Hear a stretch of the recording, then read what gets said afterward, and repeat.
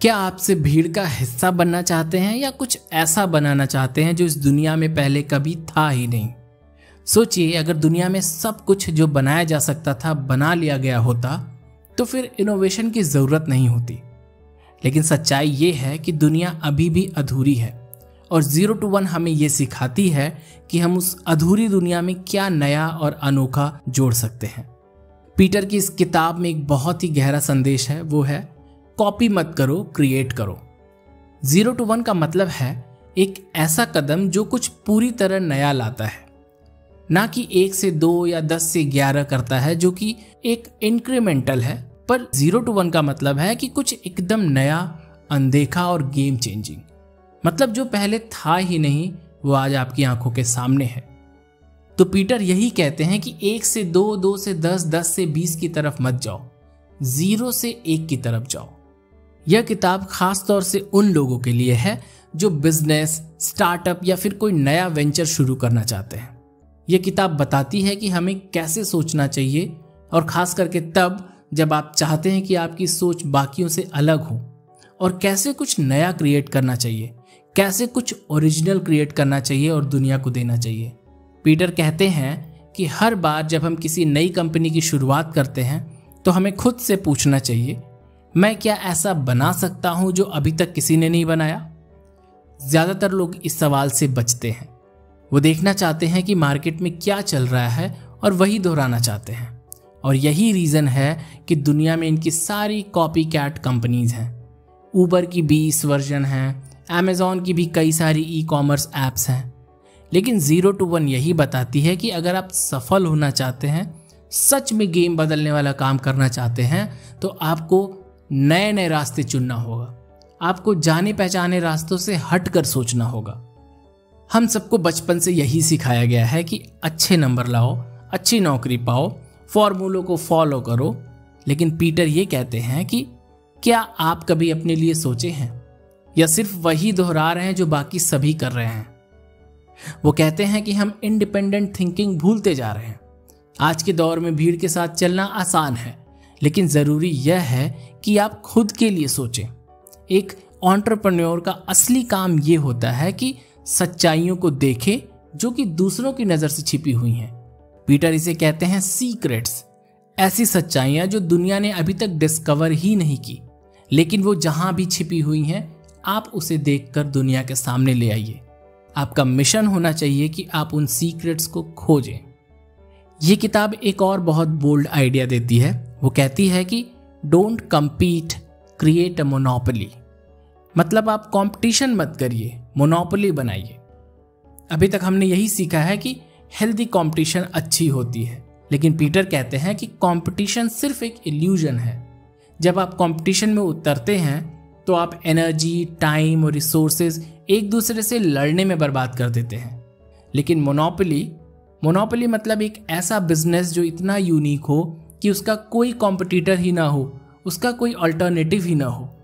तो मोनोपोली वाले बिजनेसेस हमेशा सस्टेनेबल होते हैं और बहुत पावरफुल होते हैं। गूगल के बारे में सोचिए, फेसबुक के बारे में सोचिए, एप्पल के बारे में सोचिए। ये सभी अपने अपने नीश में मोनोपोली हैं, और ऐसा इसलिए हुआ क्योंकि उन्होंने 0 से 1 की सोच अपनाई, ना कि किसी की कॉपी बनकर शुरू किया। तो सवाल ये उठता है कि मोनोपोली बनता कैसे है? तो पीटर के अनुसार मोनोपोली कोई एक्सीडेंट नहीं होता कि अचानक से आपको याद आ गया। ये 4 चीजों से बनता है। पहला, प्रोप्राइटरी टेक्नोलॉजी, मतलब कुछ ऐसा जो आपने बनाया है और बाकी किसी के पास नहीं है, जैसे कि गूगल का सर्च एल्गोरिदम। दूसरा है नेटवर्क इफेक्ट्स, जब आपके यूजर्स खुद आपके प्रोडक्ट को वैल्यूएबल बनाते हैं, जैसे व्हाट्सएप, जितने लोग उसे यूज करते हैं उतना ही बेहतर। तीसरा है इकोनॉमिक्स ऑफ स्केल, जैसे जैसे आपका बिजनेस ग्रो करता है आपकी कॉस्ट पर यूजर कम होती जाती है। चौथा है ब्रांडिंग, एक ऐसा इमेज जो कस्टमर्स के दिल में आपके लिए खास जगह बना दे। तो इसके अनुसार अगर किसी भी बिजनेस में ये चारों चीजें हैं तो वो मोनोपोली की तरफ बढ़ जाएगा। पीटर कहते हैं कि a great business is defined by its ability to escape competition and build something so good that others can not replicate. मतलब एक महान बिजनेस वो होता है जो कि कंपटीशन से दूर रहे और कुछ ऐसा बेहतरीन बनाए कि लोग उसे कॉपी ही न कर सके। पीटर लेकिन एक चीज और कहते हैं कि बड़ा सोचो लेकिन छोटा शुरू करो। सुनने में बड़ा अजीब सा लगेगा, पर आइए समझते हैं। 0 to 1 हमें सिखाती है कि हर बड़ी चीज की शुरुआत एक छोटे फोकस्ड मिशन से होती है। पेपैल की शुरुआत हुई थी सिर्फ ईबे सेलर्स के लिए और ये एक पेमेंट सोल्यूशन के तौर पर था। फेसबुक शुरू हुआ था सिर्फ हार्वर्ड के स्टूडेंट्स के लिए। अमेज़न सिर्फ बुक्स बेचता था। पर यह शुरुआत छोटी जरूर थी, पर आज वो किस स्तर पे बिजनेस कर रहे हैं ये हर कोई जानता है। और यही फिलॉसफी है, start small and dominate a niche before expanding. छोटा ही शुरू करिए, पर अपने नीश को इतना डोमिनेट कर दीजिए कि कोई उसमें आ ही ना सके। आपको वर्ल्ड डोमिनेशन के बारे में सोचना चाहिए, हाँ, लेकिन शुरुआत एक छोटे एग्जीक्यूशन से ही होती है। ये बुक हमें टेक्नोलॉजी का असली मतलब बताती है। पीटर टेक्नोलॉजी को सिर्फ कोडिंग या एप्स नहीं मानते। उनके लिए टेक्नोलॉजी का मतलब है कि डूइंग मोर विद लेस, मतलब ज्यादा करना कम चीजें यूज करके, कम रिसोर्सेज में ज्यादा इंपैक्ट क्रिएट करना। टेक्नोलॉजी एक सोच है, एक माइंडसेट है। अगर कोई शेफ ऐसा तरीका इन्वेंट करता है जिससे खाना जल्दी और अच्छा और सस्ता बने, तो वो भी एक टेक्नोलॉजी है। टेक्नोलॉजी के लिए आपको कोडर होने की जरूरत नहीं है, आपको क्रिएटर होने की जरूरत है। इसमें एक और बहुत अच्छा कॉन्सेप्ट है, वो है definite versus indefinite thinking. Indefinite thinkers वो होते हैं जो कहते हैं कि देखेंगे क्या होता है, मार्केट की दिशा पर निर्भर करेगा, चीज ऑर्गेनिकली ही ग्रो होंगी। लेकिन डेफिनेट थिंकर्स कहते हैं हमें पता है हमें क्या बनाना है और हम उसके लिए ब्लूप्रिंट तैयार कर रहे हैं। पीटर का मानना है कि आज की दुनिया इनडेफिनेट थिंकर्स से भर गई है, लेकिन जो लोग भविष्य की क्लियर विजन रखते हैं वही 0 से 1 तक का सफर तय कर सकते हैं। पीटर बार बार पूछते हैं कि आप ऐसा क्या मानते हैं जो बाकी दुनिया को गलत लगता है। यही सवाल आपको चैलेंज करता है, क्या आप भीड़ से अलग होने की हिम्मत रखते हैं? कॉन्ट्रेरियन थिंकिंग यानी उल्टी सोच, ये एक ऐसा टूल है जिसे आप इनोवेशन की गहराई में पहुंच सकते हैं।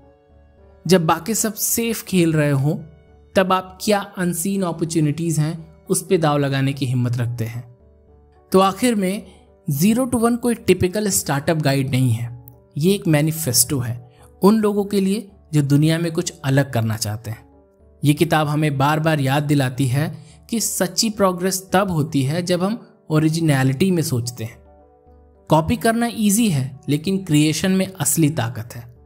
Long term monopoly short term competition से कहीं ज्यादा बड़ी और इंटेलिजेंट है। इनोवेशन का रास्ता जोखिम से भरा जरूर होता है, लेकिन वही रास्ता मीनिंगफुल भी होता है। तो धन्यवाद दोस्तों, उम्मीद करता हूं आपको ये ऑडियो बुक समरी पसंद आई होगी। अगर आप किसी खास बुक के बारे में ऑडियो समरी सुनना चाहते हैं तो नीचे कमेंट में जरूर लिखें, हो सकता है कि वो अगली बुक आपकी ही हो।